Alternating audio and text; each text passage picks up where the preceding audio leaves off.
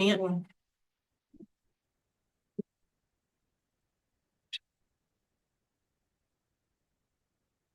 Well, good morning, everyone. Welcome to the June 2025 Committee on Accreditation. I'd like to call the meeting to order. Will the staff please call the roll? Allison Leggett, Augustin Cervantes, Ann Jones, here. Tina Chakowski, Here. Patrick McKee, Here. Bob Fraley, Here. Alan Hallis, Here. Hillis, Here. Micah Bryant, Here. Jason Lee, Kevin Taylor. You. You have a quorum. Great, thank you. So, good morning, all. I'm going to remind you about this is a video and teleconference meeting. Members of the committee, as well as the public, are joining the meeting from numerous places in the state today, including the commission offices in Sacramento. Please be aware that we're going to mute your microphones to eliminate any background noise that may get in the way of others hearing what is being said by the speakers. This meeting is being recorded. After the meeting ends, the archived audio and video will be available on the commission's website. Regarding Zoom identification, members of the committee and the public are asked to please ensure your Zoom ID contains your first and last name accurately so we're able to call on you appropriately, and also so that we can be sure to record all names accurately in the meeting minutes. To update your name in Zoom, click on the three dots in the window with your pictures and then click Rename.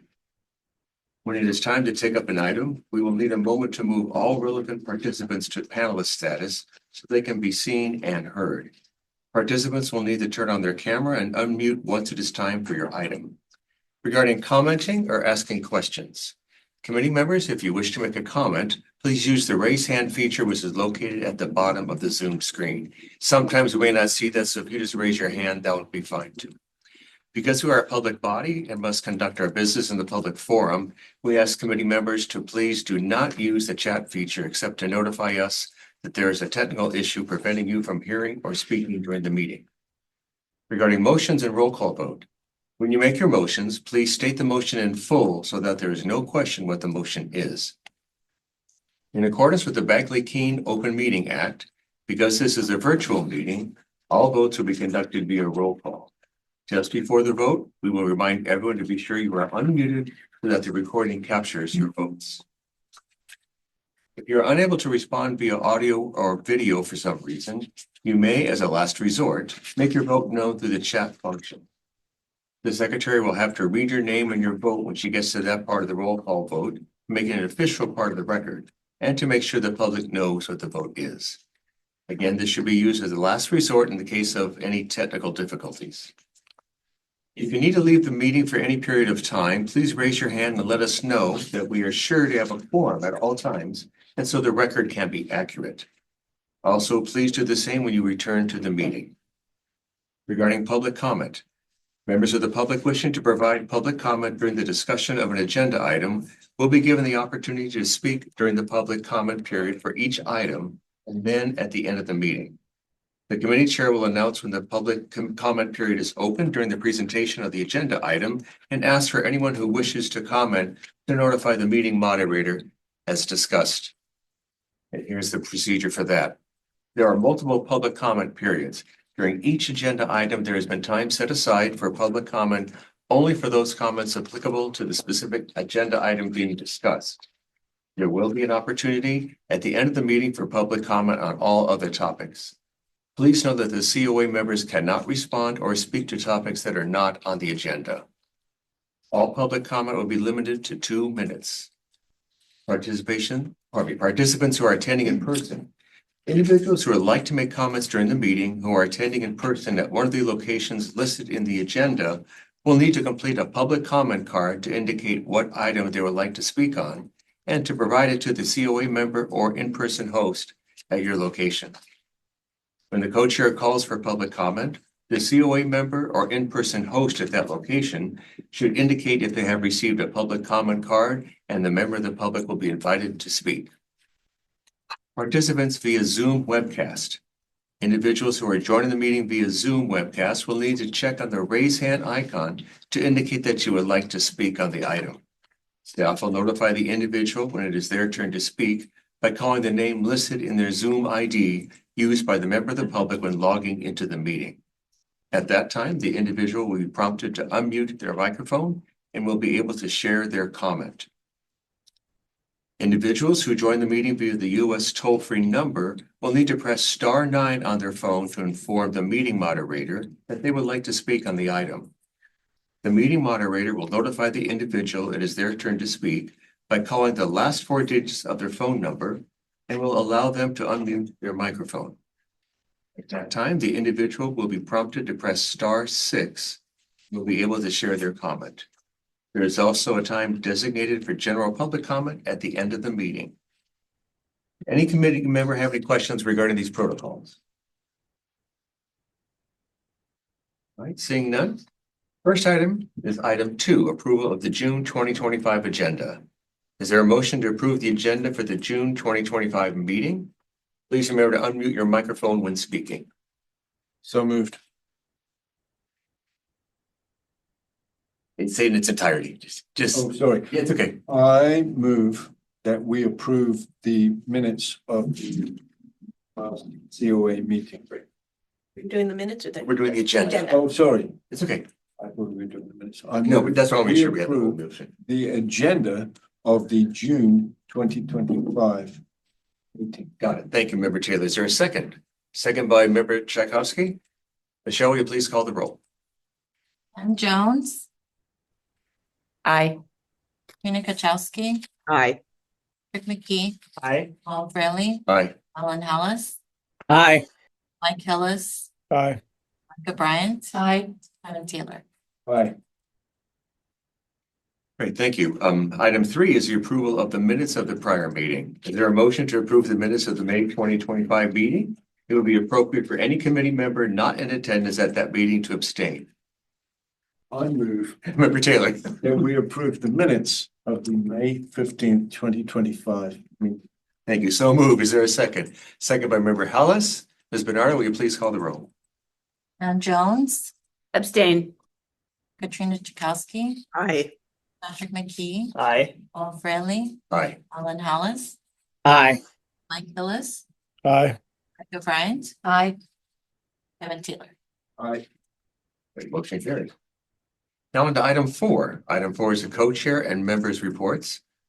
We want to note that this is the last meeting for 3 members, and at the end of the meeting, we will spend a little time recognizing the outgoing members. So if you have any comments on this, please hold them until the end. Any members have anything you wish to report?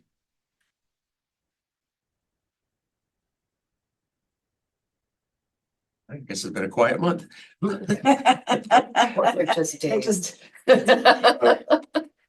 Let's move on to item 5. Item 5, staff reports. Carol Hickey will introduce the item. Ms. Hickey, please begin. Yeah, this is our last meeting of the academic year. We're looking at academic year. So I just wanted to thank everybody for the unusual year it's been with literacy certification and just an unusual year with deferring site visits, 17 site visits. But it was kind of an odd year for all of us. So I do want to toss it to Erin, who has an announcement. I do. So I am pleased to announce that Miranda Gutierrez, who has been the interim administrator since last November, went through our application process and has been selected and has accepted the permanent position of administrator in the professional services division.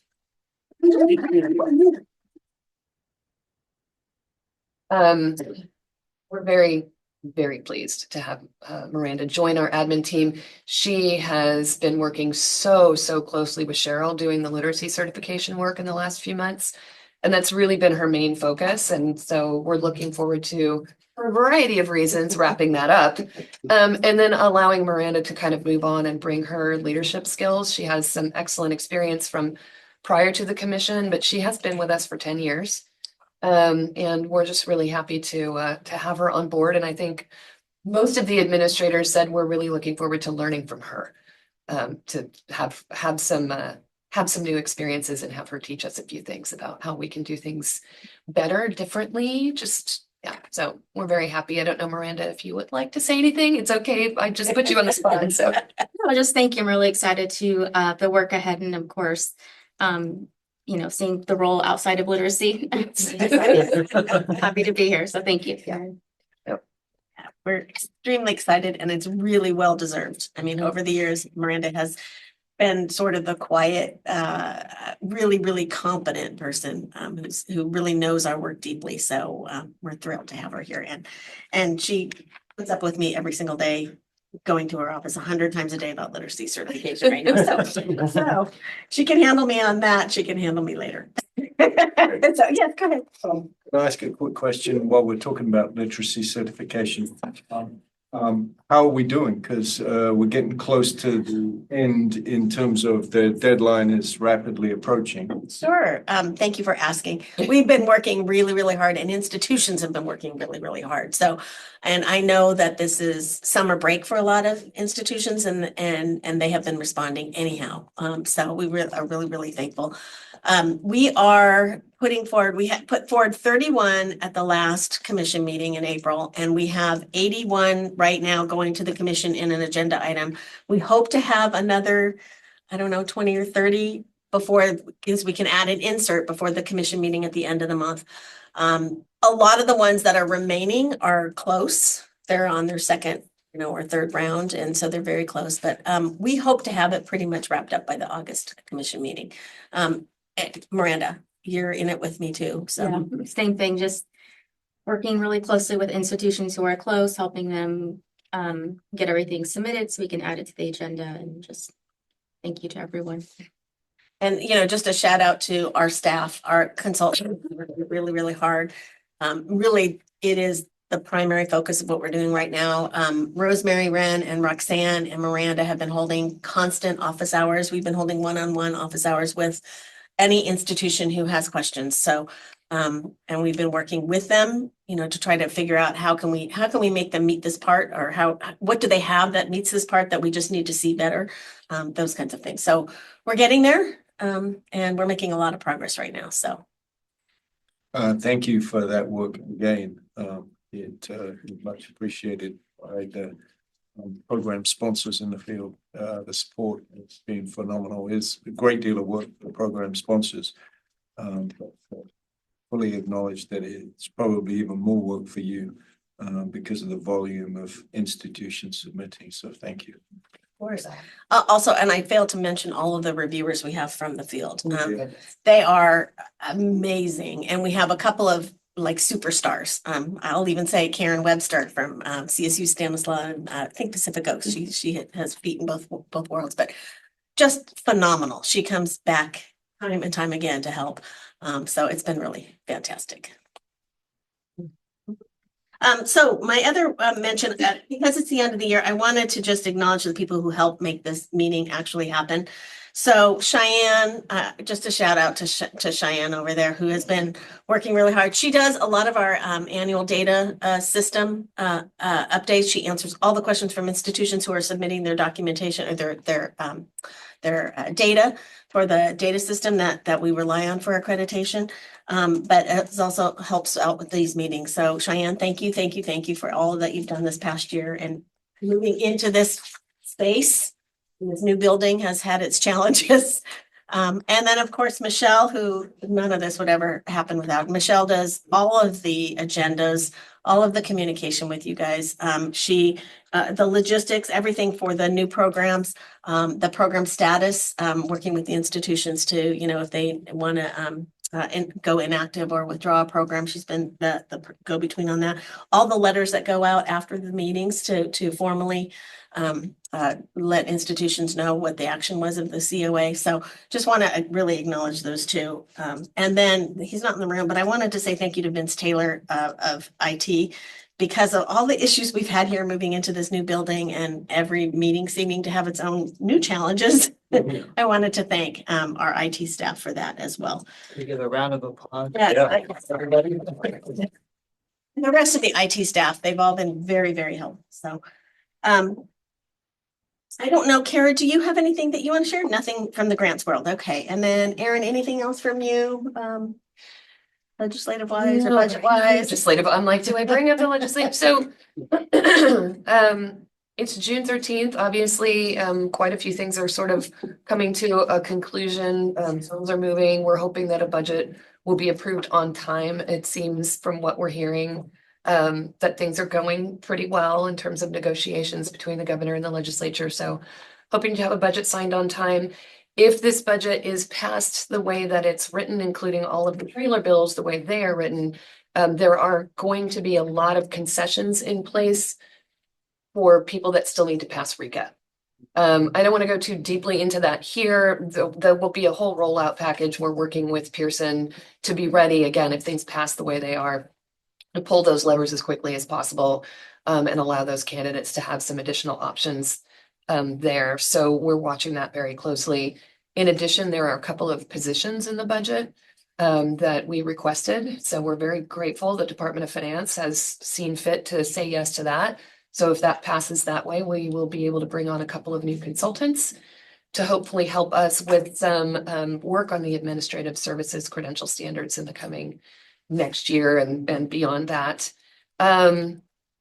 We have done some hiring because, as you know, we've lost a few folks to dream jobs and some retirement. So yay to all of those people who needed to move on. But we did a round of hiring for consultant positions this last spring, made a couple of offers, and we will have 2 new people starting in August.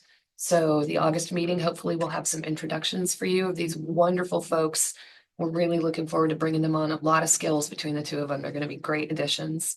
And just continuing to sort of try to fill vacancies. You know, Miranda moves into a position, so we have to fill in behind her. So trying to staff up the division, wrap up certification, and get back to more stability and a sense of normal as we move into site visits for the green cohort this next year that were delayed, and getting back to program review for the yellow cohort, and kind of getting back on our normal cycle of things, I think will make everybody feel a little more comfortable. And like, it's a lot of work, but I think an exhale is coming, and that's good. I'm looking forward to that for the staff. Yeah, I'm really looking forward to that. And Miranda, do you have anything you want to add? Just again, literacy has kind of been consuming everyone in PSD and institutions. And again, thank you to the consultants, reviewers, and the institutions who are working with us. All right, and that is it for today. Okay, great. Thanks, Cheryl. Thanks, Aaron. And again, congratulations, Miranda. That's awesome. So thank you. Yeah, absolutely. All right, we're moving on to item 6. It's the program approval recommendations.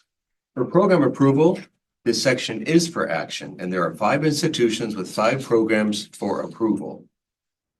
We have Placer County Office of Education for a preliminary PK-3 early childhood education specialist instruction credential intern pathway. Joining us today to answer any questions about the proposed program for Placer County Office of Education are Jennifer Hicks, Associate Superintendent, Educational Services, Kimberly Lilienthal, Executive Director of Educational Services, and Kaylin Morse, Coordinator, P-3 Education. Are there any recusals on this item? Seeing none, would institutional representatives like to say anything regarding the program? We got them with us? Oh, there we are. There it Yes. is, the bottom left, I think. It's camera control, yeah. Can you hear us at all? That's if there's anything we want to say. Oh, I'm sorry. Is our audio? You're good now. Okay, perfect. Thank you so much. Yes, Placer County Office of Education proposes to offer a PK-3 early childhood education specialist instruction credential through an intern pathway. It would be our 6th accredited educator preparation program. We currently have education specialist, mild mod support needs, extensive support needs through an intern pathway, teacher induction, preliminary administrative services, and clear administrative services. We're proposing to add this credential in order to address the urgent need, as you know, for early learning educators during California's TK expansion, as well as general teacher shortage in those great areas. I feel very fortunate to be a part of Placer County because our leadership is very intentional about working outside of silos and across departments in all of the work that we do. So this program was really co-developed with our existing preparation team, educational services, early childhood education, our SELPA, and obviously in partnership with technical assistance from CTC and ongoing collaboration that we have with institutions across the state. Like our education specialist intern program, we'll implement a cohort model. We'll start to primarily deliver via synchronous online instruction in order to serve the larger geographic area here in Northern California. And as programs are approved and offerings expand in the north part of the state, then our goal is to shift to include some targeted in-person play-based sessions that are offered on the weekends. Coursework and fieldwork emphasizes child development, inclusive practices, or literacy-rich and play-based pedagogy. And candidates will be supported through structured coaching, integrated fieldwork and supervision across the range of ages and grades, embed formative assessment aligned with the TPE to ensure their development is developmentally appropriate, equity-minded early childhood educators. Thank you so much again for this opportunity. Thank you very much. Would you mind introducing yourself just for the record? Of course, my apologies for jumping right in. No My name worries. is Kimberly Lilienthal, and I am the Executive Director of the Leadership and Learning Collaborative, which is our credential programs department. And I'm Jennifer Hicks. I'm the Associate Superintendent of Educational Services. Thank you. Kaylin Morris, the coordinator of preschool through third grade. Great. Thank you for joining us, all three of you. Anyone else wish to make a comment? Ms. Lilienthal or Ms. Hicks? I'm sorry, Ms. Morris or Ms. Hicks? No, thank you. Okay. Any member of the public wish to offer a comment? No public comment. Public comment. Any member of the COA wish to have any questions or comments for the representatives? Member Tchaikovsky. Well, thank you. It's a lot of work to propose a program like this. And obviously, as you said, we really need it. And I wish you the best of luck. Thank you. Thank you. Any other member of the committee wish to offer any comment or question? All right, seeing none, this is an action item. Is there a motion to approve the preliminary PK-3 early childhood education specialist instruction credential intern pathway for Placer County Office of Education? And it was so long that the lights went out in here. We got them again. Okay, so there's a motion by Member Tchaikovsky.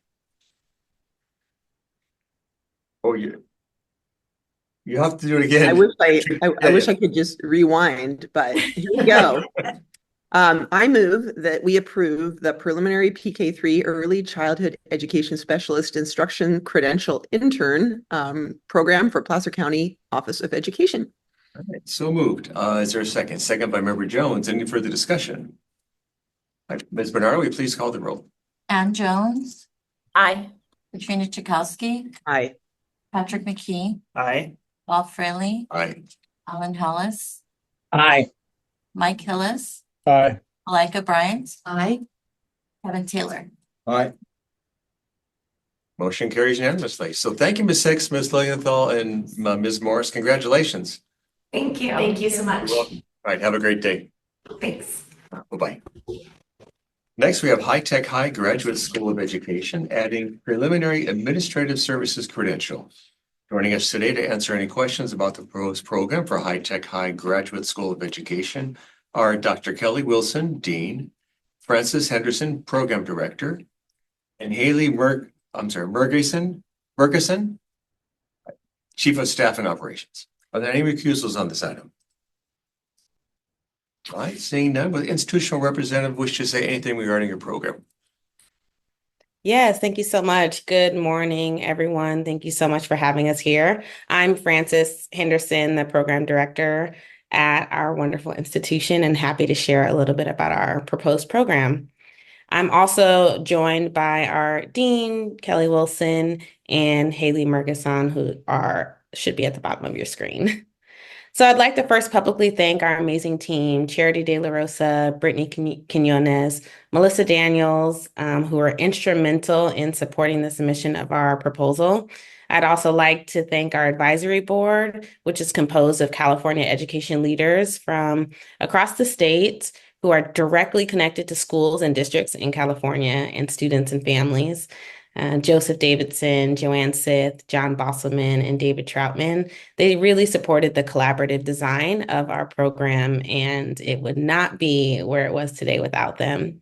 And, finally, last but definitely not least, I would like to extend our thank you to Poonam Bedi and the remaining members of the initial program review team at the CTC, because the feedback was so helpful and substantive and timely, and it was just amazing to help make our proposal meet all of the specifications outlined by the commission. So I just want to thank all of those amazing participants.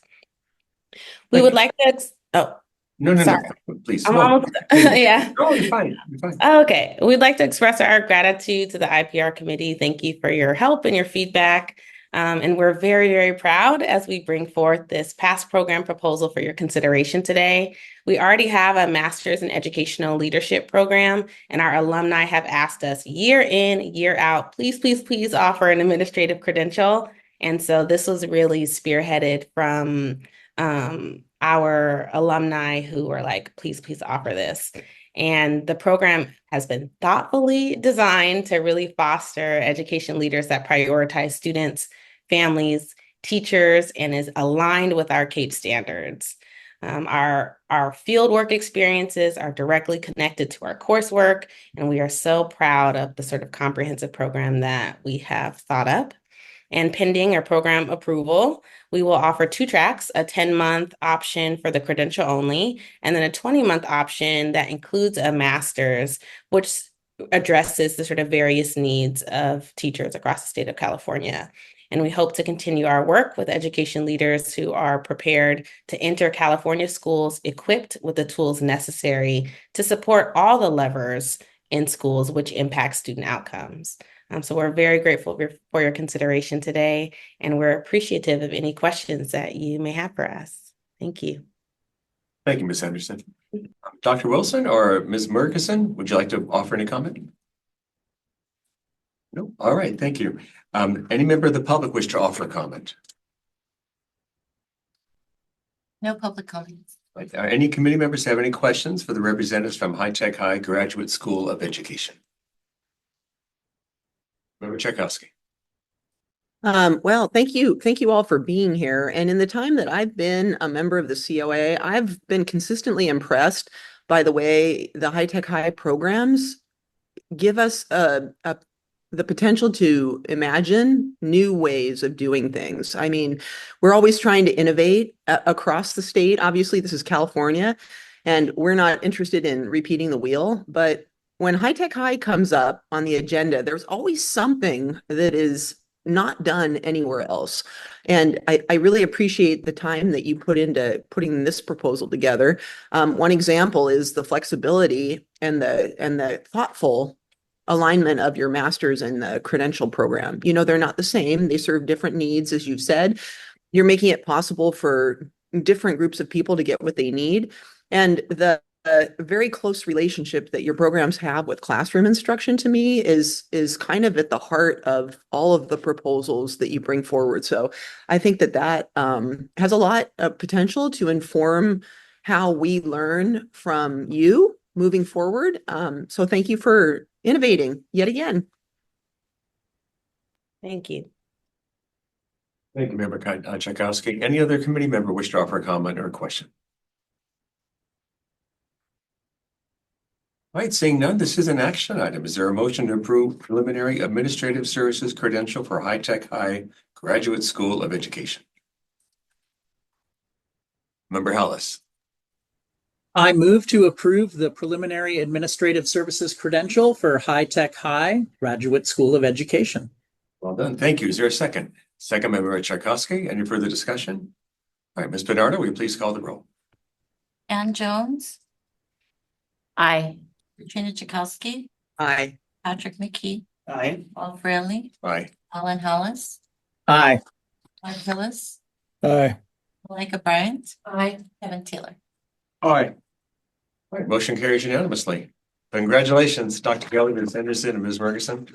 Thank you so much for your work. We look forward to great things in the future. And again, thank you for joining us. Thank you, for your everyone. support and approval. Thank you. Thank you. All right, have a good day. Next, we have Sarah's Unified School District adding clear administrative services credential. Joining us today to answer any questions about the proposed program for Sarah's Unified School District are Dr. Paul Rudehauser, Assistant Superintendent of Education Services, Dr. David Viss, Assistant Superintendent of Personnel Services, and Rhonda Munoz, Inductor Program Administrator. Any recusals on this item? Recuse. We have one co-chair McKee as a recusal, and we still have a quorum, correct? Yes. Okay, thank you. Anyone else? Would the institutional representatives like to say anything about the proposed program? Yes, thank you. I am Rhonda Munoz, and I am the program administrator for induction for Ceres Unified School District. We are excited to bring this forward and offer this service to our beginning administrators in the district. Some of our administrators that are going to be entering pending approval are actually current teacher induction candidates or past teacher induction candidates, sorry.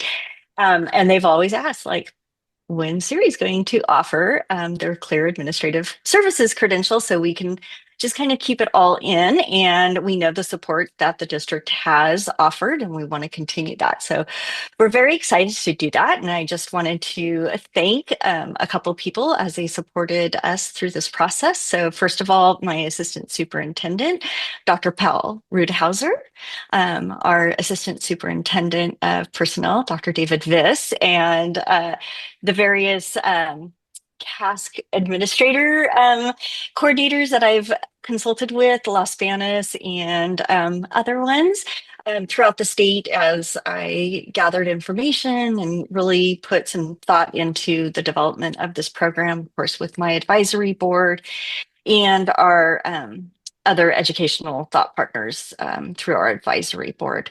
So we're just grateful, and I'm very grateful to the IPR team, especially Rosemary Wren, who, when I had questions and concerns or questions about the feedback, she was very prompt on getting back to me, and so we just bring this forward, and thank you for that. Thank you, Ms. Munoz. Anyone else wish to offer any comment? Dr. Rudehauser or Dr. Viss? All right, I'm seeing no comment. Any member of the public wish to offer a comment? No public comments. All right, thank you. Any committee member have questions for the representatives from Ceres? Ceres, is that the correct pronunciation? Ceres, yes. All right, got it. Thank you. Ceres Unified School District.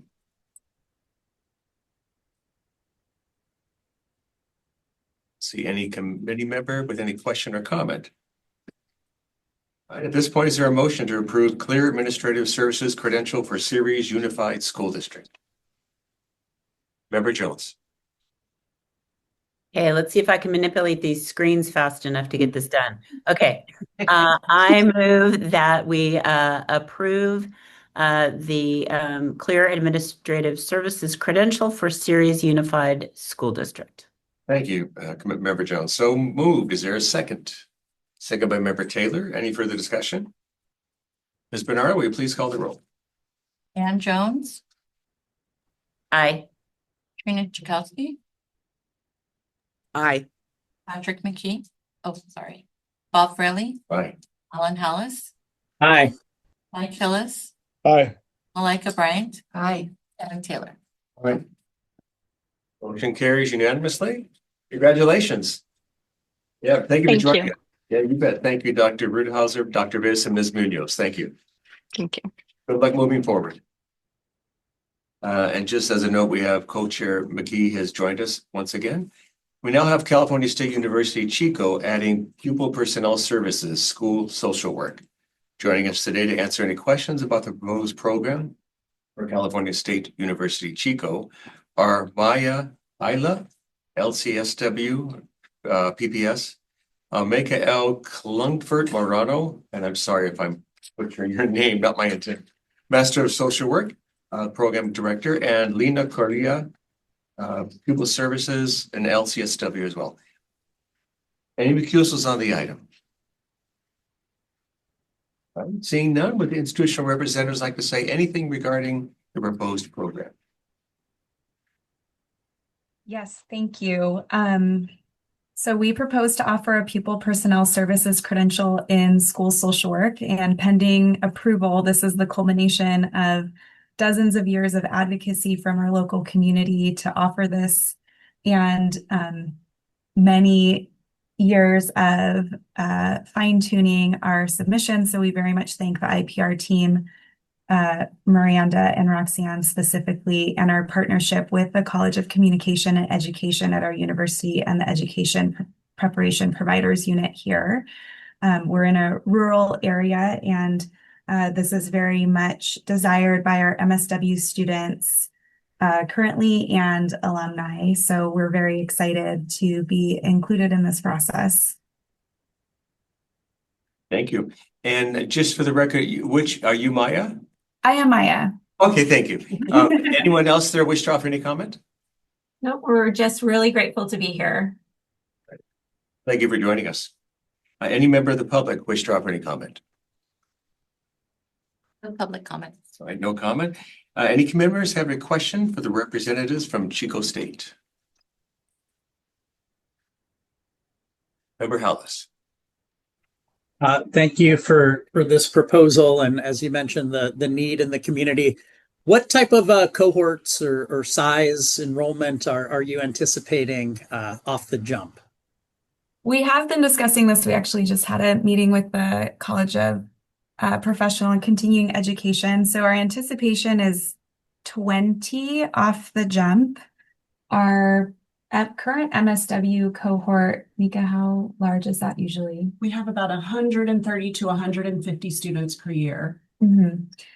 So we already have students who are placed in local schools in our catchment area, which captures most of Northern California. And so I think we're hopeful to be 20. We're trying to be conservative about our estimations, but I also believe that could grow to be about 40. Thank you. Any other member of the committee wish to offer any comment or question?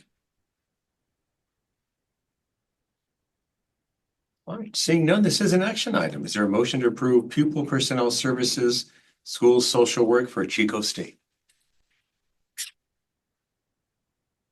Member Hillis. I'd like to make a motion that we approve the Pupil Personnel Services School Social Work Program for Cal State University, Chico. So moved. Is there a second? Second by Member Taylor. Ms. Bernardo, will you please call the roll? Ann Jones. Aye. Katrina Chakowski. Aye. Patrick McKee. Aye. Paul Brandon. Aye. Glenn Hollis. Aye. Mike Hillis. Aye. Micah Bryant. Aye. Evan Taylor. Aye. Motion carries unanimously. Congratulations so much. Thank you for joining us today. Thank you. You're welcome. Go have a great day. Thank you. And finally, we have California State University Fullerton adding pupil personnel services, school social work with child welfare and attendance. Joining us today to answer any questions about the proposed program for California State University Fullerton are Dr. Kim Case, Associate Dean, Dr. Gordon Kapp, School Social Work Program Coordinator, and Debbie Saxton, Community Field Director. Are there any recusals on this item? All right, seeing none, would the institutional representatives wish to say anything regarding your proposed program? Yes, good morning. Thank you so much for having us. I'll go ahead and my name is Gordon Kapp. You've already done those introductions. Thank you so much. Joining me are Deborah Saxton and Dr. Case from the College of Education. I'll also second the thanks and appreciation to the IPR folks. Poonam and Miranda have been very patient with us and very supportive as we've worked through revisions and worked on this proposal. So yes, in partnership with the College of Education at Cal State Fullerton, the Master of Social Work Department is proposing a pupil personnel services credential for school social work and child welfare and attendance. We have an in-person program and we use a traditional school social work practicum placement model for our program. We designed this program for Master of Social Work candidates who want to pursue careers in school social work to respond to an overwhelming need for mental health and social work supports in our schools and in our partnering districts. have we have a student body who is very intent on serving their local communities. So in our program, we have folks who are coming in and who are really eager to get back to places to serve the populations there. And so that's been true for schools as well. We have a history of students being interested in school social work credentials. For a long time, we've been able to support their practicum requirements, which is a big lift. So they leave having all of their hours completed, but currently they have to go somewhere else. They have to incur more time and cost to do the credential at another institution. So we are really excited after people have been similarly to Chico asking us for this for a really long time. When are you going to get your own credential? We are excited to be nearing that place so that we can offer students the ability to do their Master of Social Work degree and the credential all at the same time, so that they leave our program ready to go back into schools. Our partnering districts are really excited about this as well. So that's where we are, and we're excited to move forward. Thank you, Dr. Cap. Dr. Case or Ms. Saxton, would either of you wish to offer a comment? I would love just to take a moment to thank the IPR team, as well as Dr. Cap and Dr. Sexton. I know that it's been a heavy lift. It's been a long time coming, and it would not have happened without Gordon championing this cause. So, and also just kind of a sidestep to congratulate Miranda. Having the privilege of having Miranda on our site team, I can speak to how amazing she is. So super excited to see her take on that new role as well. Thank you. And yeah, we agree. Let's see, Ms. Saxton, will you wish to offer any comment? I would just like to echo everything that my colleagues have said. And we're just very appreciative of the support. And yeah, it's been a long time coming. And I want to speak for our students. I meet with our students on an ongoing basis. And this is something that students are asking for consistently. So thank you on behalf of our students as well. Thank you, Ms. Saxton. Any member of the public wish to offer any comment? There are no public comments. Thank you. Any committee members have any questions for the representatives from Cal State University Fullerton? Member Tchaikovsky. Thank you all for assembling all of the material on your site for this proposal. And, student mental health continues to grow as a concern for so many people today, and your program squarely proposes to equip people to help them. So that's awesome. I was just curious, I didn't see any mention of it in your materials, but the community schools initiative, did that influence at all how you put together this proposal, thinking of context in which your graduates may ultimately use the credential that you're going to provide them? I don't know if one of you could talk about that. We didn't specifically target like a community schools goal for people that want to do that. We don't have very many sites. I don't know if we have any. Deborah, okay, she's shaking her head. That are like a formal community schools model. So we serve, I don't know how many districts that are kind of local to us that all have similar and divergent approaches. So that's a long answer to say no, we didn't really target community schools. Okay, thank you. Any other committee member wish to offer comment or question? All right, seeing none, this is an action item. Any committee member, is there a motion to approve pupil personnel services, school social work with child welfare and attendance for California State University, Fullerton? Member Taylor. I move we approve the California State University Fullerton's pupil personnel services, school social work with child welfare and attendance program. Well done. Thank you. Is there a second? Second by Member Bryant. Ms. Bernard, will you please call the roll? Pam Jones. Aye. Katrina Tchaikovsky. Aye. Patrick McKee. Aye. Bob Fraley. Aye. Colin Hallis. Aye. Mike Hillis. Aye. Micah Bryant. Aye. Kevin Taylor. Aye. Motion carries unanimously. Thank you, Dr. Case, Dr. Cap, and Ms. Saxon for joining us, and congratulations on your work and good luck moving forward. Thank you. Thank you so much. You're welcome. Have a great day. We're now on to item 7. Item 7 is a report of program status changes. This item is divided into 2 parts. Part 1 includes items for action by the COA, and Part 2 are items for formal notification and do not require COA action. Today, there's only Parts 1, Section C, and Part 2, Section E to present for this item. Part 1, Section C, adding a new content area to an existing program.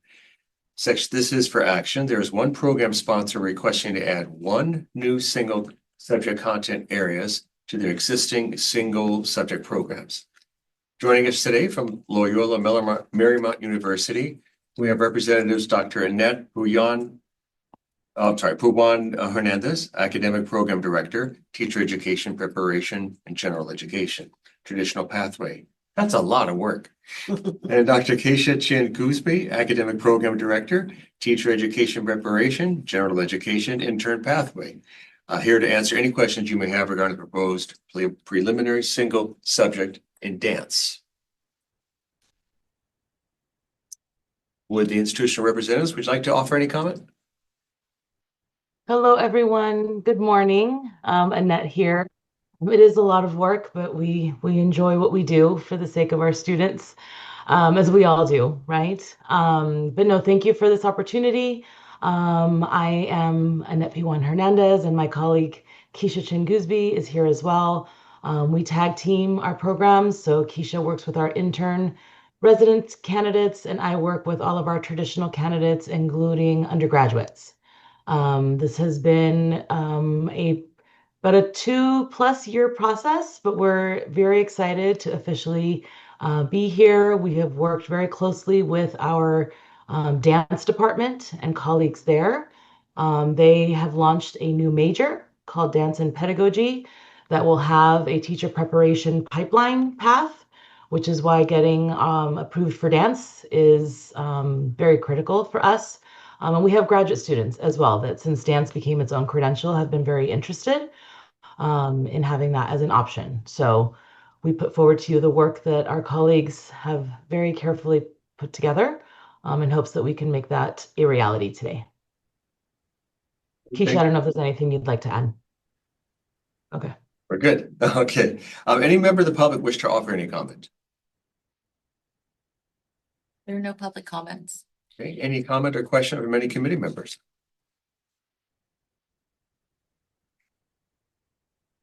Okay. Seeing none, this is an action item. Is there a motion by a committee member? Member Tchaikovsky. I move that we approve the proposal from Loyola Marymount University to add a preliminary single subject in dance. Okay, thank you so much. Is there a second? Second by Member Hallis. Any further discussion? Ms. Bernardo, will you please call the roll? And Jones, Member Jones. Sorry, my mouse chose that moment to freeze, so I was frantically trying to track it across the screen. Aye. Judy Chakowski, Aye. Patrick McKee, Aye. Bob Fraley, Aye. Alan Hallis, Aye. Mike Hillis, Aye. Malika Bright, Aye. Kevin Taylor. All right. Motion carries unanimously. Congratulations, Dr. Hernandez and Dr. Gooseby. Thank you very much. Appreciate it. As a member of the arts, it's nice to see so many new programs that are coming in the various capacities. So thank you so much, and we look forward to great things. Thank you very much. Have a great day, everybody. Thank you. You too. We're in Part 2, Section E. Part 2 provides information on programs that have transitioned to revised program standards and programs that have elected to change to inactive status. These items are for notification only and require no action by the COA. Section E, programs moving to inactive status. There is one program sponsor requesting to move one program to inactive status, and that is San Francisco State University, Education Specialist, Added Authorization, Orthopedic Impairment, effective June 30th, 2025. We're now on to item 8, moving right along. Item 8 is the initial program approval for new program sponsors. There are no requests for program approval for new program sponsors at this time. That was the fastest item ever. Oh, sorry. Right. Item 9. Now, item 9 is a report of the accreditation site visit team to California State University, East Bay. Consultant Hart Boyd will present this item. He is joined by team lead Christine Zeppos and institutional representatives, Dr. Robert Williams, Dean, College of Education and Allied Studies, Dr. Ana Garcia Nevades, Associate Dean, College of Education and Allied Studies. Does anyone need to recuse himself? I think they're still coming in. Yeah, I see him coming in. And Mr. Boyd, when you are ready, you can begin. We don't see Anna on. We're missing one, so we're missing Dr. Garcia Navarez. She's having difficulty logging in right now. She's been trying to log in for the past 10 minutes. But she'll be okay. I told her I'll be okay and she'll work on it. Okay, so all right, so we'll move forward then. And so Mr. Boyd, will you please begin? Yes, California State University East Bay's site visit took place from April 27th through the 30th, 2025. The site visit was conducted virtually rather than in person, and a total of 357 interviews were completed with various constituencies. And the site visit proceeded in accordance with all normal accreditation protocols. Everyone at CSU East Bay was great to work with, and they were thorough and thoughtful in their preparation for the site visit. Joining us today via Zoom and representing CSU East Bay are Dr. Robert Williams and hopefully at some point Dr. Ana Garcia Navarez. And then I saw Mari on here too. So I'm not sure who showed up, but also joining us today is the site visits team lead, Dr. Christine Zeppos. Christine was fantastic to work with and was a very composed, knowledgeable, and thoughtful leader throughout the process. I would also like to thank all of our team members for contributing their time and expertise to this visit. The team worked diligently in preparation for the visit and worked extremely hard during the visit. Finally, I would like to give a special thanks to Dr. Francis Keller, who served as the secondary consultant on this visit. I'll stop now and turn it over to Christine, who will present the findings and the team's accreditation recommendation. Thank you, Mr. Boyd.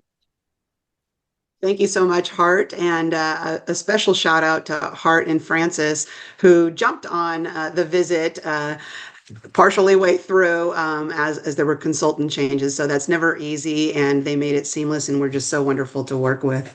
So I'm going to jump right into the findings and some thoughts, and then do some thank yous. But great to see you all, so many colleagues that make this profession so outstanding and strong. So for this visit, the findings were accreditation, recommendations, accreditation with stipulations. The common standards 2, 3, and 5 were met, and common standards 1 and 4 were met with concerns. The team also found all the program standards to be met, except for program standard 3 on the Clear Administrative Services program, program standard 4, the Preliminary Education Specialist Mild to Moderate Support Needs and Extensive Support Needs programs, and program standard 4 for the Reading and Literacy Added Authorization program, which were all met with concerns. So you'll see on the stipulations, some of the details of what we're looking for, and led to some of the discussions in these findings. But as it relates to common standard 1, 3 areas were highlighted as needing further data. The institution actively involves faculty, instructional personnel, and relevant constituencies in organization coordination and decision-making for all educator preparation programs. That was not found to be consistently gathered. And so, the unit, so you know, is also going through changes from becoming a school of education to now moving over to the School of Arts and Sciences. And I suspect some of those changes is because of this active involvement and so forth isn't as systematic as many institutions have. The second area, also covering the faculty unit, ensures that faculty and instructional personnel regularly and systematically collaborate with colleagues in P-12 settings, college and university units, and members of the broader educational community. There are certainly some programs that do this systematically, but there were many programs that do not have this engagement systematically. The institution, we also found through interviews and and discussion that the university does not provide the unit with sufficient resources for the effective operation of educator preparation programs, including but not limited to coordination, admission, advisement, curriculum, professional development, field-based supervision, and so forth. This was interesting because we often hear we never have enough resources, right, in any program. But from top to bottom, and the interim provost even highlighted the need for additional resources to this unit. And through interviews, it was very clear that, especially in the credential services office, that they were stretched beyond capacity, leading to issues. Again, this unit was highly professional and highly competent, but simply didn't have the resources needed to be able to conduct their business. And we continued to hear this throughout programs, program leads, in pretty much every area that the resources were beyond stretched. So for those reasons, that common standard was met with concern.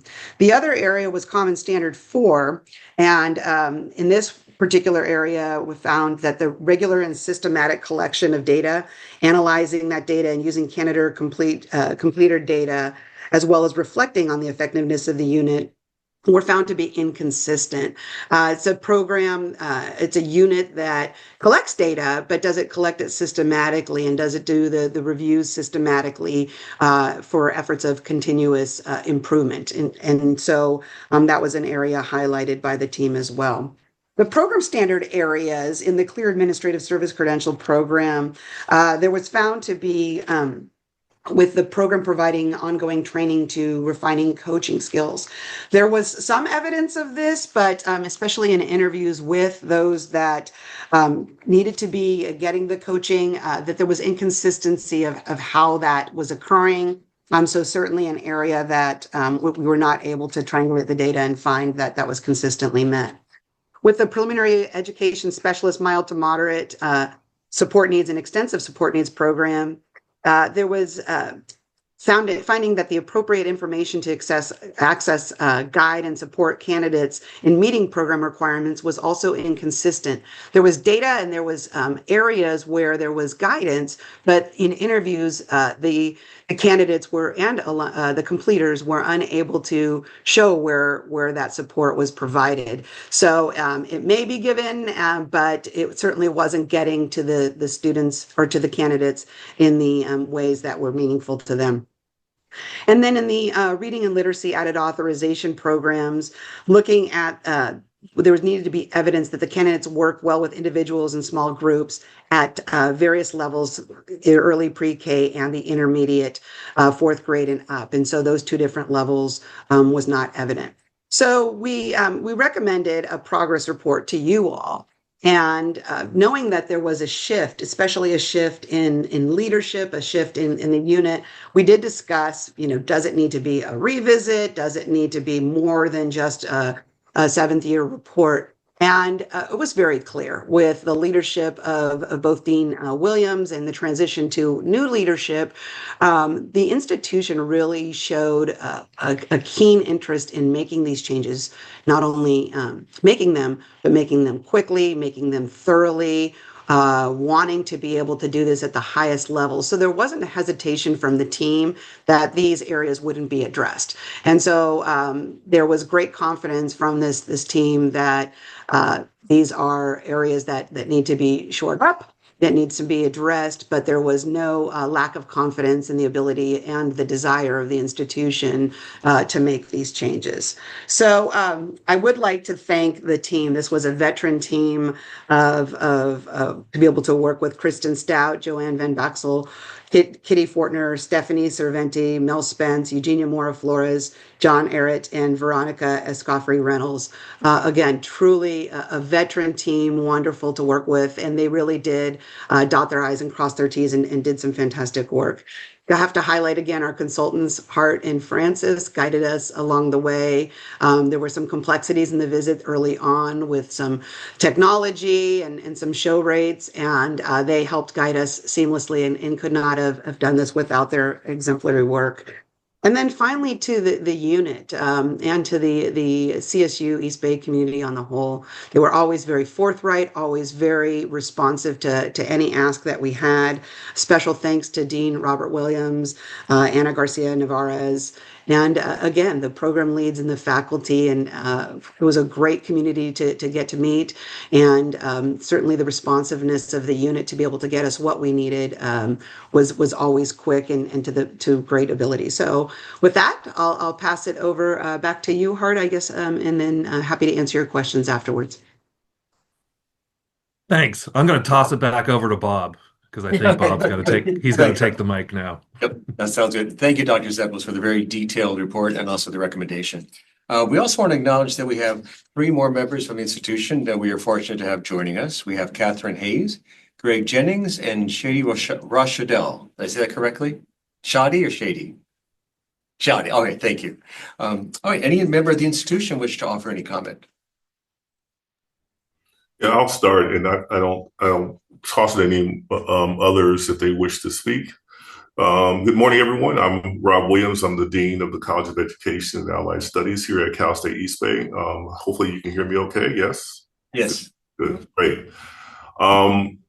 Indeed, this was a wonderful site visit by the CTC team, Dr. Zeppos and Hart Boyd and Francis Keller, but also some of the pre-work, which was very intense, that Panam Betty did.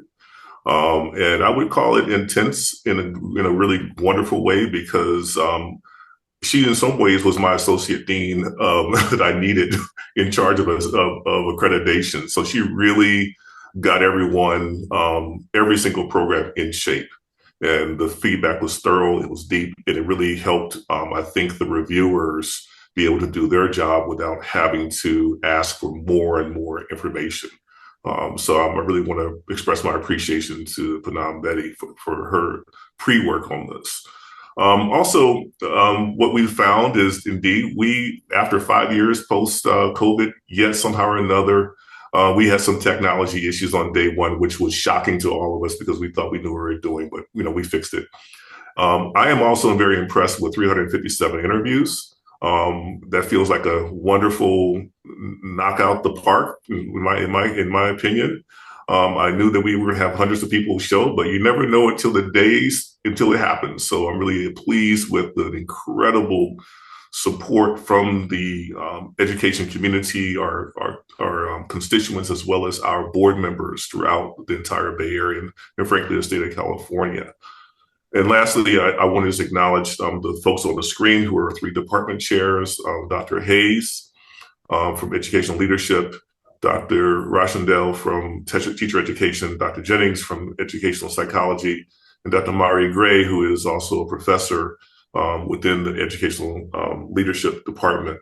The responsiveness from the team was second to none. When we said I needed something done, we talked late at night. Frankly, it was not pretty when we talked late at night because we're all exhausted from a full day. But we had these wonderful conversations, and within the 24 hours, everything was taken care of. So I'm really excited about the group and how we responded. And I'll toss it back. Does anyone from the team want to comment further?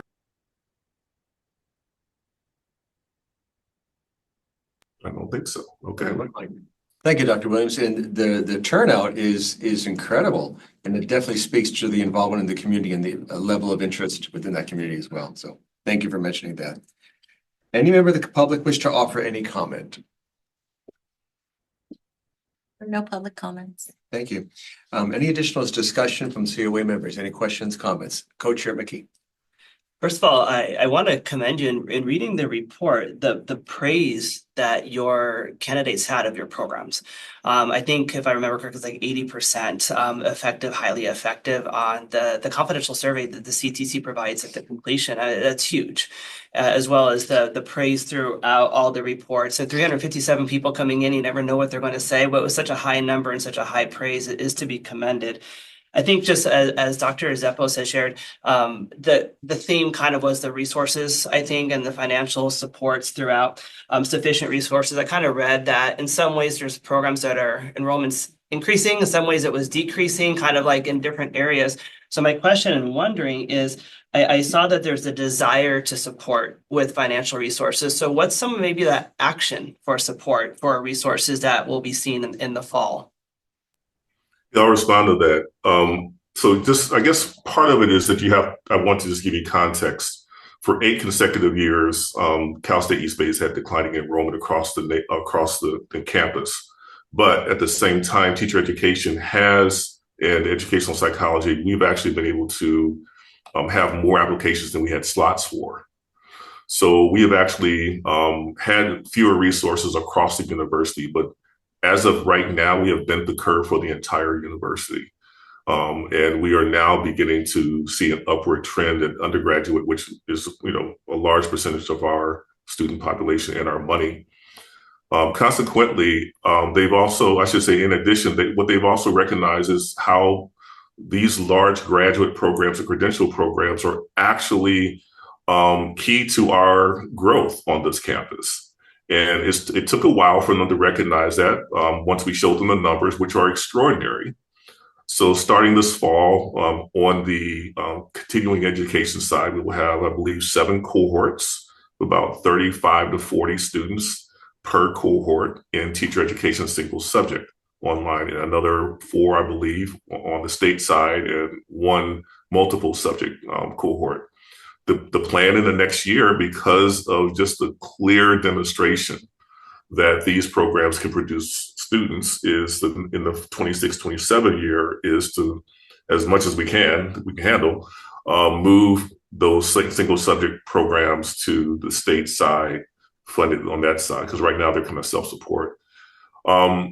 Likewise, on the in educational psychology, where we have school counseling, is a small program, but it's small by request. School special education will be larger based on their resources that they have. That is in terms of faculty resources, and those are kind of slim. So yes, more resources are coming. In terms of staffing, that has been incredibly part of this transition from a college to a school, where we will have 5, maybe 6 staffers, but we need to have 6 to 7. We need to have more. And we know that the request is out there. These 3 chairs who are here are School of Education representatives, and they have been working directly with academic affairs on a request and, frankly, a demand for more resources on the staffing side. So we will have larger cohorts when we have more students, and it's more of an institutional negotiation for who gets more staff resources as we move forward. Catherine Hayes has raised her hand to maybe add to this comment. Yeah, I think, and this, just builds on everything that we've been talking about. Dr. Williams just gave this fabulous overview of what's going on in our institution. But I think what I'd wanted to say earlier is just an appreciation for the CTC accreditation process and for all of what in doing this accreditation, you in some ways offer us this ability to address some of these things. So the university is now the need for resources is so much more elevated, right? And so there's this just really important feedback loop here between accreditation and the way universities and institutions work. So thank you. Thank you, Dr. Hayes. Anyone else from the institution wish to offer a comment? All right, any other members? I want to make sure we answered your question. Yes. Oh, absolutely. And I think just the last hop on that was there. Sometimes these processes can lead conversations forward. And I appreciate what was just shared, because the process is kind of third party, right? Another team's coming in and looking at what those standards are. And sometimes that can give you those conversations as you're negotiating. And I appreciate and respect what you're saying, that you can't just make resources appear. You have to go through a process, and hopefully this allows this to happen like it sounds like it is. Thank you, Co-Chair McKee. Any other member of the COA have any comment or question you wish to offer? All right, seeing none, this is an action item. Is there a motion? I move we award accreditation with stipulations according to the recommendation for California State University, East Bay. Okay, thank you. So moved. Is there a second? Second by member Bryant. Ms. Bernard, will you please call the roll? Ellen Jones, Aye. Katrina Chakowski, Aye. Patrick McKee, Aye. Paul Franley, Aye. Ellen Howland, Aye. Mike Hillis, Aye. Micah Bryant, Kevin Taylor. Aye. Motion passes unanimously. Congratulations, Doctors Hayes, Jennings, Rochadell, Gray, Williams, and Garcia Nevadas. Also, thank you, Dr. Zeppos, and thank you, Mr. Boyd. Appreciate your efforts. Okay, congratulations. Take care. Congratulations. Thank you so much. Have a great day moving forward. Thank you so much for joining us. Thank you. We are now into item 10, and I'm going to pass it along to my co-chair, Patrick McKee. Thank you so much. And this is our item 10 is our discussion of our 2026 Committee on Accreditation meeting dates. And I get the honor of passing this over to Administrator Cheryl Hickey, who will present this item and information on this item. So thank you. Happy to. So we talked about wanting to kind of think about this earlier rather than later. What we're proposing here is an information item that we can talk about and then have the action in August when we have the 3 new members also attend and we have their understanding of what their calendar is as well. So we just wanted to put this together early, have you kind of take a look at it. My understanding in this item is that the date for the induction conference may be changing. So Patrick, do you want to mention that, or Malika, one of the two of you? Absolutely. So we're just currently, Malika and I are working with Visit Sacramento on the induction conference, and there's nothing finalized yet, but I think the community just knowing that it's actively being worked on.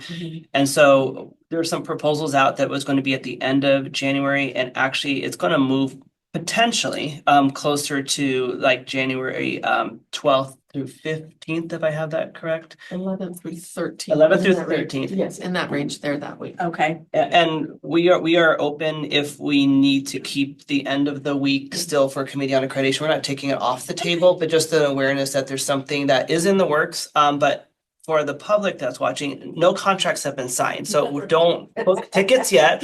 But know that PSD News is going to be the communication source for anything that comes out. Great, wonderful, thank you. And we'll land it as quickly as we can. Yes. And that will likely be in Sacramento. It will be. It will be in Sacramento. Okay, great. So just so that everybody's aware, the date that is in the agenda item then was really tentative because it's no longer. So we will hold January 11th through 13th. Some of these ones that we have on the second page are just good information. It may not impact whether or not we have a quorum or not, but certainly the induction conference does, because we have at least 2 members here that go to the induction conference, plus a number of staff that are in attendance, especially if it's in Sacramento. So that's definitely one that we need to consider, but I don't have an overall plan here. I just wanted to gather some information from you all. If there's something that we should absolutely take off the table, or if there's some input that you all have. Again, I just want to talk a little bit about this meeting here, June, and actually today wasn't quite so bad, but in past years, the June and the August meetings seem to be the ones where we have a hard time getting a quorum. Obviously, people are done with their academic year sometime and have vacations and personal, and totally understand that, but we're just trying to figure out when is the best time to have these meetings. The other consideration is when we go through this and actually present a plan for you at the August meeting, it's always important to look at our site visit schedule, because it makes no sense to have one if we only have 1 or 2 site visits. Today was sort of the leftover from the year, but in a regular year, we want to have enough that you have a meeting. So, but at the same time, what always pushes us is we want to get those new programs approved. We don't want to hold those up. So it's a balancing act of all these things. So I just open it up for any, we'll bring this item back to you in August, those of you that are continuing, and we'll have the 3 new members at that time, and we can actually decide on the dates. But is there anything we should consider before August that we should know about? Any other thoughts? Is there ever an idea of it's consistently the same week of the month each time that we meet or anything like that? We have historically done Thursdays and Fridays, Right. at least the last few years. So if you like the Thursday, Fridays, and I think some of these are, actually, these are mostly Thursday, Fridays, but not necessarily the same week that we're. I have a lot of meetings that are like that on my calendar where they're consistently the second Tuesday or the third Right. Monday. And so they start to fill up that way. Right. It's just another thought. I don't know if it works well in this Okay. setup, but it's Right. thought. Right. Extending member Brian's thought is Okay. just for the future planning. And by the way, I just appreciate this and thank you for it, because like right now with all these dates, I'm putting a hold on my calendar depending upon Okay. what's happening. And I maybe I'm speaking more from a district standpoint, but we are right now finalizing our entire calendar to June 30th. And so I would be a proposal of, as much as possible, I don't know how legally allowable, but almost kind of planning the next year in like an April date versus a June date. Okay. Because I would rather have all of us with so many institutions and so many different roles. I want to prioritize. So then when we go back to our districts, like we can just adjust our schedules. Because right now, I think many of us may be canceling because other events are getting. Have already gone. Yeah. Okay. So earlier, when I love that we go to October already, like Yeah. for this year, the August and Right. October, but maybe even going earlier on our agendas Okay. versus later into the summer, just my own perspectives. Definitely. We can definitely bring it earlier. Yeah. We'll bring it in April next year. I think it's a good point. I mean, it's hard to schedule things when things are already on your calendar. It's hard to like jump the gun, but at the same time, we don't know. The problem has always been that we don't know when some of these events are. Yeah. Or even the ones that we go to all the time, like CCAC, we don't have it projected out a number of years. We just have like the next year. So those kinds of things. And we know that takes up a lot of our staff members. ECTE as well. So. Okay. Well, I don't have any grand plan here. I just, if you, oh, go ahead. I'm sorry. And yes, sorry. I did it really and virtually. So people can throw things at me if this is a horrible idea. But I'm looking at these dates and there are some possible proposed dates that are like literally a week apart, like, end of February, then beginning of March, or etc. And I'm just wondering, for folks who have to travel, if it turns out that like everybody likes February 26th and 27th and March 5th and 6th, instead to do like a 3-day meeting, because I can't imagine I don't know, it doesn't seem like there would be a whole bunch of new agenda items 1 week later.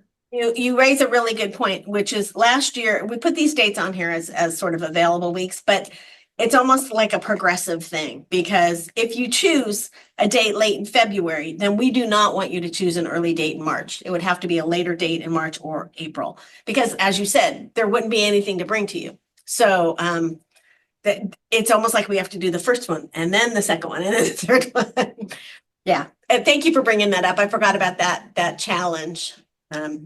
Absolutely. And I don't know if, a longer meeting is helpful or not helpful. And I don't have skin in the game now because I actually don't have to get a plane and in a hotel and all of that, but people do. So anyway. Right. To extend her thought, and thank you, Member Jones, are we allowed to, with those members who are present, to prioritize a date now, like a preferred date? We're not making an action, but could we narrow it down so we don't have to? You certainly could just kind of talk about it now. Nobody's taking action. We'll take it. We can set it up at the next meeting so that these are the dates you discussed and yeah. Because at least with I am just my own voice, but for the members here who will be on the committee next year, would it help that we narrow down a preferred date? I see Member Bryant and Member Hallis. So with that, can we take some time then just go month by month and do some preferred? We certainly could do that. So if we start with January, I'll just speak out loud. I know that because the induction conference is 15th, 16th, and Sacramento, we'll be here that week anyway, not the conference on the 15th, 16th. My preference would be not to have a conference followed by COA if possible. So I would vote for going to one of the other dates in January. Bless you. But if that is someone else's preference is different, we can make it happen. So any other members have a thought on January of either the 22nd or the 29th options as a priority? Is there a preference? I'll speak. And please jump in because I'm not good right now of navigating my calendar and the Zoom. So please jump in if you're not. Sorry, Member Jones, I think I forgot to call you twice. So my apologies. No. I just jumped in. So for the 22nd and 23rd, it might be a consideration that the 19th, which is that Monday, is a holiday. It's Martin Luther King Day, so that's already a short week for folks. So that really only leaves 2 days, in the office potentially. So that might be a negative. So could we then potentially prioritize the 29th, 30th if it was January? That's good to me. I'm seeing nods. Okay. And that's actually helpful not to have it the first week in the 13th, 15th. And I'll tell you why, because we have to have these things up and posted 10 days ahead, which is well right after the holidays, which means we'd have to work over the holidays in order to get things posted. So thank you for that. And this is actually, and thank you, because this is really helpful for, well, bless you, for our long-term planning. Could we would then look at either the last week of February 1st, based upon what you said earlier, is that Yes, right? That's correct. Yeah. So February 26th, 27th, or March 5th, 6th gives that window of a month in between. And now we're probably going into spring break season. Other thoughts of preferences for the February or? Spring break, I think, or yes, you're right. Spring break is all over the map. Yeah. I think if it helps, I think Easter is later next year, right? Is it April? Yeah, I usually love it. Not that matters. April 5th. April 5th? Oh, excellent. Oh, so it's earlier. Okay. Yep. April 5th. Thank you. And so with that in mind, we may lose that first week of April. So if we pick a later February, early March, we're probably going to be a later April, just as like because of the dominoes. Yep. Last week of February, first week of March, is there a preference or for many of the committee members who will be on next year? Member Brian, I don't have super strong feelings about it. There are a couple of conferences, like you never know when the CIS conference is, and we generally go to that one. But I mean, whatever it is, I can work with, I think. For now, what if we prioritize the last week of February? Is that better? Just to have a date? Is anyone? I mean, that's in line with what we had this year. Yeah. Right? So that's not anything different than what we've already done. So February 26th, 27th would be, and feel free to unmute and jump in any committee member. That sounds like that would be work, at least for now, the February 26th, 27th. That then pushes us to last week of March, first week of April is where we're landing potential holiday conflict, which would then, is April 23rd, 24th pushing too far out then? I don't think so, because it allows us to complete all those we're gonna have 30 some odd site visits next year, I think. I can't remember the exact number. So it will allow us to help to get some of those done, work on the reports and get them to you. So I think actually mid or late April would be fine. Is there a preference for if we just start with April 23rd, 24th? Is that a possibility for our committee members? It's for me. I would be unavailable. I'd prefer it maybe the 30th to the 1st, if possible. 30th to the 1st. That would be very for me. That'd be fine. I'm sorry. I said that would be very difficult for me. Oh, But that's what we're gonna run into, so I think we just have to decide. And I would be unable to do the 1st myself. And that would push us to May 7th and 8th. I don't know if we're getting too far away from the CTC needs. That's a long time. The other thing, oh, no, actually, never mind. January 29th, I'll do it. The other thing we heard a lot from this year, and Rosemary, I'm sure is listening, it's from the CSU needing to get their programs approved by the beginning of February in order for them to offer it the following year. So that was a February 1st date this year. So we've got the January 29th will be good. So sorry, I'm thinking out loud at the moment. And curiosity, and I think out loud thinking is great because it helps us all process. And to member Hallis's point, we're only looking at Thursdays and Fridays. Is there I mean, we go to like a Monday, Tuesday. Member Hallis, do you want to speak to your April? Like, is it just because of those Thursdays and Fridays, or is there a proposal that you could do a different set of days? Yeah, I could do the Monday, Tuesday that week, the 20th, 21st. Of April. Of April? I am able to do that as well, the 20th and the 21st. 2 site visits at the same time.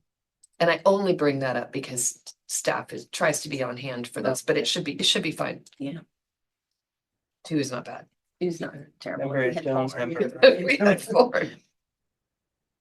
Member Hillis, any So April 20th and 21st is what the 20th and 21st. And that's a Monday, Tuesday. Monday, Tuesday. Okay. That's fine. We're doing things a little different, but at least we can, I want to make sure that if we know someone's not going to make it, to try to work around it. And we could start a little later. That way you can travel in the morning on Monday and not give up your Sunday night. Oh. Appreciate that greatly. As we then go into what you had said is sometimes the more challenging of the months. So we have late May, early June, and I know people are working with different commencements and different things happening. Any thoughts for June? Does the commission staff prefer like the later June, knowing that we're April 20th? Is there a preference for timelines? I think the only thing I would say is that our last site visit is, look at the little thing here. It's May 3rd through 6th is the last site visits. So that gives us, so that we still have a month. If it was early June, that would be fine. And we can't do, there's a federal holiday, Juneteenth, June 18th and 19th. Is that a conflict? Yeah, that would be a conflict. Thank you. So we could potentially go earlier to the 15th, 6th. We can go back to the Monday, Tuesdays that we had done just a Wednesday or whatever. Wednesday. Is the federal holiday on the 18th? 19th. It's the 19th. So, I'm sorry. So it's June 19th. So we could do the Monday, Wednesday, or the Tuesday, Thursday to stay away from. So I'll just throw out there 15th to the 17th of June. Is there any thoughts on that? It all works. The 17th, is that work at least temporarily? And potentially to our newest committee members, giving them the dates that this is kind of where we're at and landing. Is that the number of meetings we need for the new year? Commission meeting is June 25th. June 25th through 26th. In 2026? Great, okay. I'm sorry, I'm looking at the calendar, not the item. If anyone's like me, I have a lot of tabs open. So so now we go to August. Traditionally, the August meeting has been a teleconference. It sounds like that might be the way kind of moving forward. So at the start of the school years, traditionally we have been kind of around the 18th to the 20th, which is one of the dates there. I'm going to lean towards all of you because we have no calendar set in my, so this is the priority now. Is there any preferences from any committee members for August 13th or 20th? Or early September, August or early September. Either one is fine. I know September, we're well into the school year by then. So, To your point, those programs though that are that are in IPR and waiting for that over the summer. The dangling, would there be a preference then to do like an August 13th to get those Probably. few? Is August 13th good? I'm seeing nods. August 13th. That's a priority. Again, not making decisions, but at least we have our priorities. And then we're into October already. That we didn't pick the 16th, that's my birthday. So that's the commission meeting day. Any preferences of those windows of dates? And those do have some, I think October, November always have CCTE and CCAC. And we did not have those dates yet. Hopefully, maybe by August we'll have those so that you can CCTE is move to November. really typically, no, not Okay. that's CCAC. CCTE is typically the third Thursday, Friday of October. So around 16. Around the commission meeting? Whatever. Yeah, right around the commission. That's happened for the last 2 years. Mhm. And CCAC is almost always the week before. We have the CCTE Oh, we date. do? For Yeah, they came out just a few days ago. It's Oh, the great. 16th and 17th of October For 2026? for 20. Oh, I'm sorry. That's what we're looking at. Yeah. Duh. That's okay. Sure, I So- thought I was being super helpful. No. It's no, that it's always good to see because sometimes it's out there on our quick searches. But I'll just throw out there, we have traditionally been around the Halloween dates, the 29th and the 30th. It also makes it easy for travel because there's not a lot of people traveling around that time. The true. 29th, 30th, I saw member Hallis had thumbs up. Would that work at least now as a priority, the end of the month? October 29th, 30th.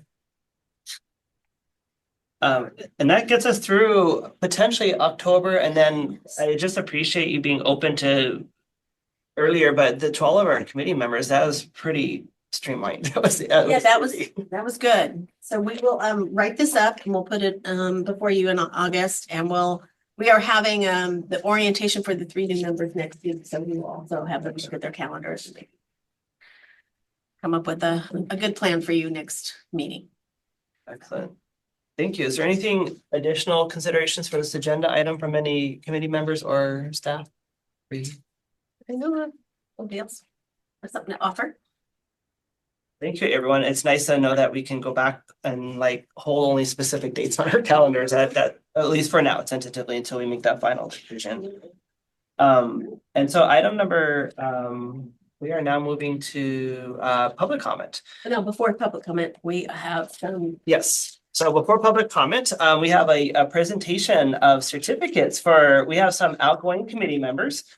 And so before we get to the public comment, we would just like to spend some time acknowledging some of our committee members who have just done some outstanding work in leadership of the Committee on Accreditation and as members representing their different constituent groups.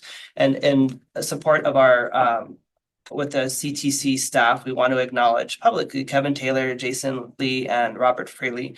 And I'd like to turn it over for a couple of minutes to Aaron Sullivan, Cheryl Hickey, and Miranda Gutierrez to support us in recognizing these outstanding leaders. You want me to go first? Sure. All right, so I'm going to go first. And as you all know, this is the last meeting for 4 of our members whose terms are 3 terms are ending, and 1 who is resigning due to school responsibilities. You all understand that. So we want to take a moment to thank each of them for their service. And after we do the presentation of the certificates, we'll open the floor for any member of COA who wants to make a comment for their colleague. I'll start with Jason, and I know he's not here today. He was recently promoted or got the position of superintendent of his district. So apparently he had to meet with his former superintendent before next season. So that's why we were missing him today. But Jason was appointed to the COA in 2021 and served 1 4-year term. He came to us from Sonoma County Office of Education at a time when they were expanding significantly their involvement in teacher preparation. Jason has been a consistent voice for ensuring high-quality teacher preparation programs and understanding what is realistic on the ground, representing the local education agency voice at all times. His understanding of the opportunities and services that the county offices bring and his deep knowledge of preparation that comes with running programs, combined with his now significant administrative experience at the local level, has been enormously beneficial to COA discussions. We want to congratulate Jason on his appointment as superintendent of Roseland School District in Santa Rosa in Sonoma County, and we will miss his contributions tremendously. And we do have certificates that we will mail to him and to the others as well. And then maybe I'll turn it over to Erin to do the next one. Okay, great. I get member Taylor. So Kevin Taylor was appointed to the COA by the commission in 2021. He was an IHE representative, having served as dean and faculty of Cal Poly San Luis Obispo. More recently, however, Kevin shifted gears and moved to Fortune School of Education here in Sacramento. Kevin has been a stalwart for quality. He has been relentless in ensuring that programs with stipulations were actively and seriously addressing the issues identified, pulling no punches when he felt as if they were not taking the process seriously. At the same time, he was often the first to praise and recognize those institutions that made significant improvements in their programs.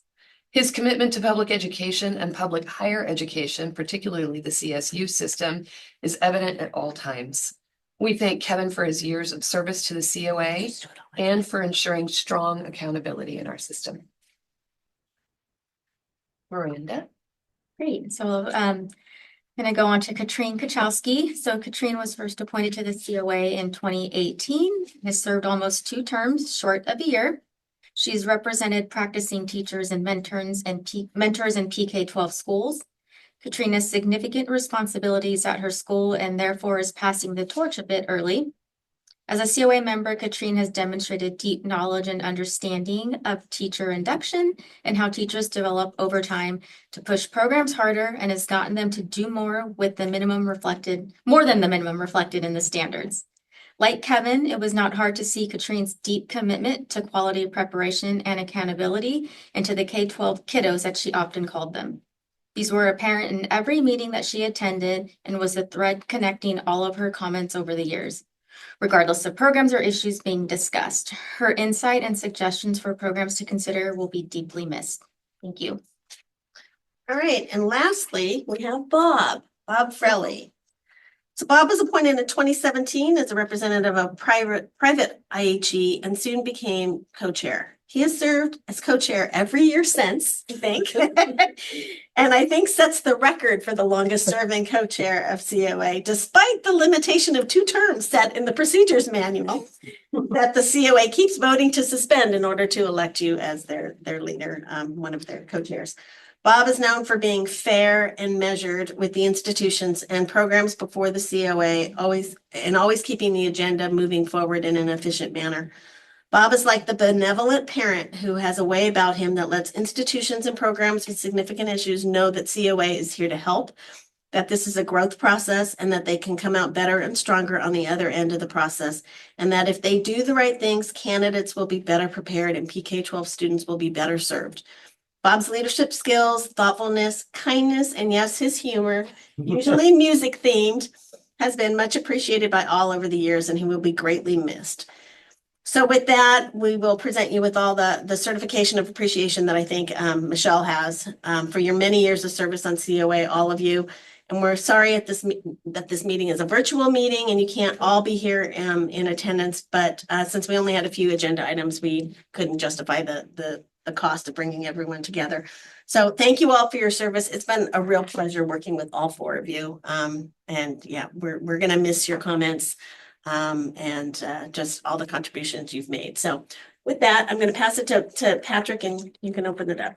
So with that, first of all, if we can give a in-person and virtual applause to each of our committee members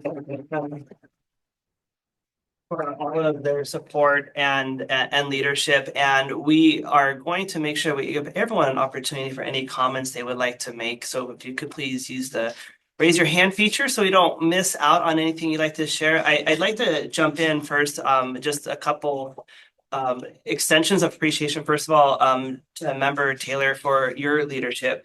It is clearly evident. You read all the reports and you offer the praise and you ask the deep level questions, and me jumping in as a committee member, watching, the detail that we are going to steadfastly examine to ensure that everyone is being valued, but also making sure that we're making the right decisions and understanding all of our protocols. Member Kachowski, from a personal level, I remember when we were up for a accreditation RCAS program, and it was very clear that you read everything that we submitted, because I can remember the questions you asked me when I was on the other side, and I appreciated that. I felt valued as a program that put my program forward and knew the significance and the importance, and I share that. That has been wonderful to see that you always have something to ask and something to share that values the program that are out there, and from a personal level, thank you for that dedication. Member Farrelly, you're my role model. Sorry about that. I just admire your leadership, how you make everyone feel valued. The committee members, in addition to everyone out there in the field, it is clear that sometimes we have to have hard conversations, but every single person is always valued as a human being, and everyone's valued for their hard work and dedication, and it is genuine. And I think that's the one thing I just admire, and I think I shared with you in my first meeting. I just admire your leadership and everything you've done. I continue to lead forward in my role, not just here, but in the work that I do. So thank you. Thank you. I appreciate that. And I want to pass over to Member Hillis. Yeah, I'd just like to give a broad thank you to all three of you and also Jason. It's been great working with all of you guys. And I know we're definitely going to miss your leadership throughout the next years. Thank you, Member Hillis. And feel free, any of our committee members, even those being recognized, if you'd like to say anything to the others as well. So I'm going to go Member Hallis and then Co-Chair Frelly. Yeah, I just want to echo all the thoughts that have already been voiced. You will all will be very much missed in terms of your knowledge of the process, your thoughtfulness in approaching each one of these agenda items. The dedication you brought to this committee, it's been great role models for all of us, and we hope to carry on the level of excellence you've set. Yeah. Co-Chair Frelly. I'd like to first want to acknowledge my members who are leaving us. Trying with Katrina, we got to know each other quite a bit. I got to know your information about your husband and what kind of work he does, being a musician. So we kind of connected through that. But at all these meetings, your care and your detail was persistent, and there wasn't any time that we felt that you were not well equipped to answer any questions of or ask any questions of any of the teams that came before us. So I thought that your expertise and as well as your persistentness, but also your human nature in caring and giving for everybody that came forward. So I want to thank you for that. Kevin, I haven't met anybody I think who has as much humanity as you do. And we've gotten to chat a little bit over the last couple of meetings here, but even before that, the care that you take, the great care in researching all the information and bringing that before us. And as Aaron said, the comments you make can be rough at times, but it's always for the good of the cause. It's never ill-willed. And I think that program that you had at your school at County Obispo, I think it was very admirable. And that just speaks to you, volumes to who you are. So thank you for that. I want to just thank the staff for all the work that they've done. Michelle and Cheyenne, thank you so much for all your efforts over the years. Miranda, congratulations. Good to see you on the other side. I came to the dark side now, Aaron and Cheryl, you've just been phenomenal. It's been such a joy to work with you. And I don't know when you guys came in. I can't remember.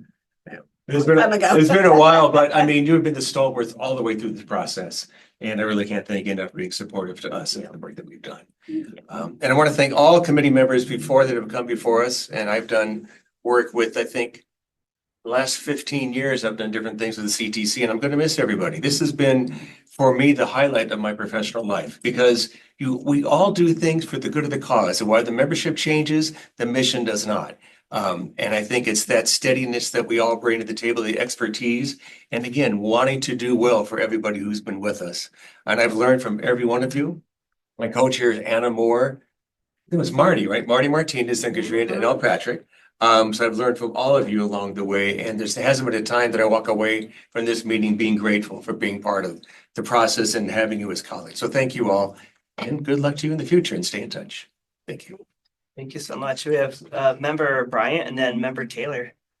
Well, I'm a new kid on this group, but I was inspired to apply to join by my experiences that I had being on the other side of the table and interacting with the accreditation process and the individuals who are providing feedback from that. And so I just want to thank all of you for stewarding that process and taking it seriously and providing opportunities for programs to think deeply about what they do, how they do it, why they do it, and who ultimately they are serving through the processes they are creating, and the questions you've asked and the feedback you've provided over time has been deeply valuable and has created change and has created opportunity and space for people to learn and to grow.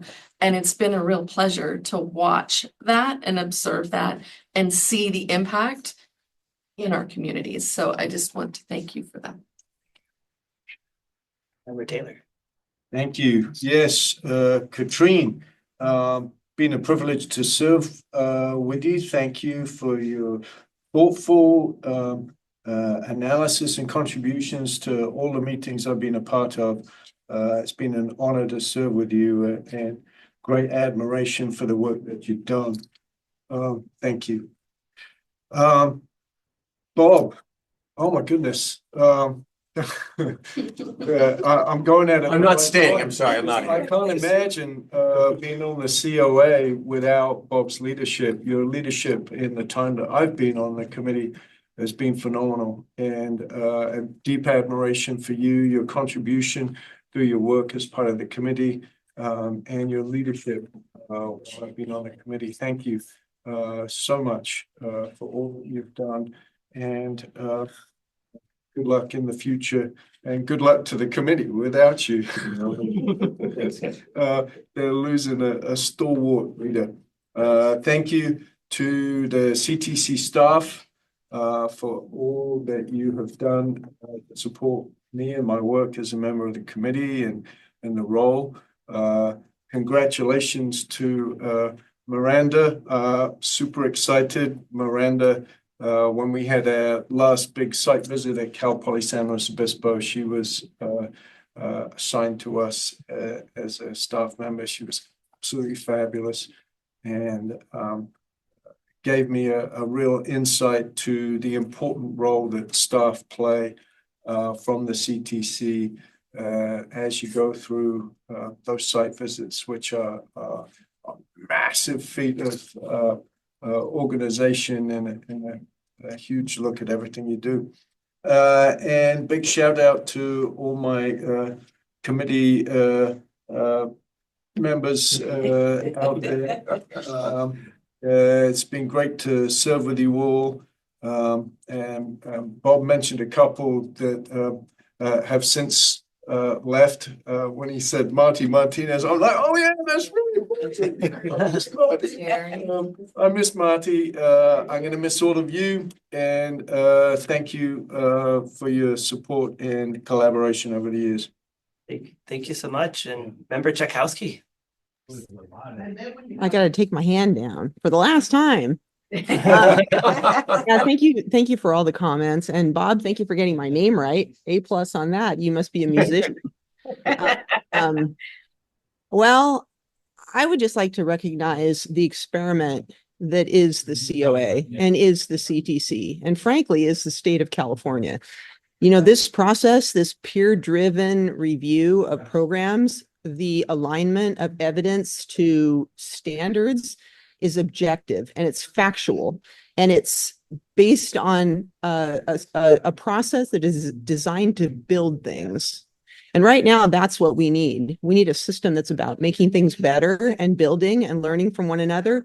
And that requires a lot of work. It's a lot harder to destroy, or it's a lot easier to destroy things than it is to build things. And the COA and the CTC and this whole mechanism with all of us and all of you out in the field, that's what that program is designed to do. And ultimately, that serves our students in a way that is unparalleled. So it's been a huge honor to serve on this group and other CTC initiatives that have made and reinforced California's role as an international leader in education. And it has never been more important for the future of this country that this work continues. So amen to everybody who's here today and to the future and the new people who will be taking our place moving forward into the next year. So thank you all.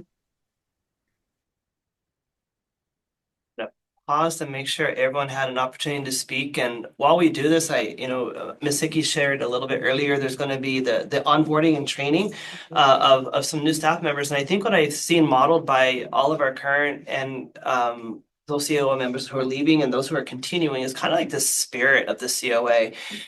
We assume good intentions. We know everyone's out there working as hard as they can. In the end, like Katrina just said, there's program standards, and how are those being interpreted in the field from a fact-based point? And a lot of work is done in the field. Most importantly, and I'm going to take words that I learned from Malika a while ago, is like the end users in mind. And we have two end users, and that we prioritize. One is the candidate and one is the student. And our objective simply is, are the programs out there ensuring the best for both of those end users, the candidates and then the students they're supporting? And I believe that our COA does that with great positive intention. So thank you to those of you who have served. Some big shoes to fill, but we will continue to lead forward in what you have established for all of us. So a huge round of applause again to each of our. I just want to also mention that at the next meeting, we'll also do nominations and elections for the co-chairs, because we'll have the new people then as well. Excellent. Thank you, Michelle, for reminding me to say that. Thank you. Just to be clear, we can't nominate Bob. You're not done with all the dumb jokes. You haven't had enough. Well, but you did promise one last joke. No. One more. All right. Music joke. We gotta have one that we'll remember. Oh, okay. Sure. How many first trumpet players did it take to screw in a light bulb? 10. 1 to do it, and 90 say they can do it better. But the best one is, how many second trumpet players did it take to screw in a light bulb? None. They can't get that high. Oh, put them both. See? Exit stage. And right before public comment too. Yeah, of course. Public comment. We hate those jokes. That's a public comment. So with that, I believe we're at a moment for a public comment. This is now our opportunity to take public comment. For any of those of you who are in the room, please make sure you have turned in a public card. And at this time, we don't have anyone in the room. If you're joining us in a video conference, please remember to use the raise hand icon. Or if you're joining via the toll-free number, press *9 on your phone to inform the meeting moderator that you would like to speak. The moderator will inform you when it is your turn to speak. Members, I would like to remind you that the committee cannot engage in conversations on a topic during this time that has not been agendized. If appropriate, a topic can be agendized for a future meeting. As a reminder, public comment will be limited to 2 minutes, and staff will be keeping a time clock. So with that, as I mentioned a moment ago, there's no one in the room here this morning. Michelle, do we have anybody that is requesting public comment? Let's give it a second. And we'll just give a moment for those to utilize those features mentioned a moment ago. No public comment. No public comment? So with that, we have no further business. So I adjourn the June 2025 meeting of the Committee on Accreditation. The next meeting scheduled for the committee will be on Friday, August 8th, 2025. Most likely a virtual meeting, but that will be posted so that everyone can see at that point. And one last round of applause to all of our committee members who are. Thank you. Great weekend. Thanks, everybody.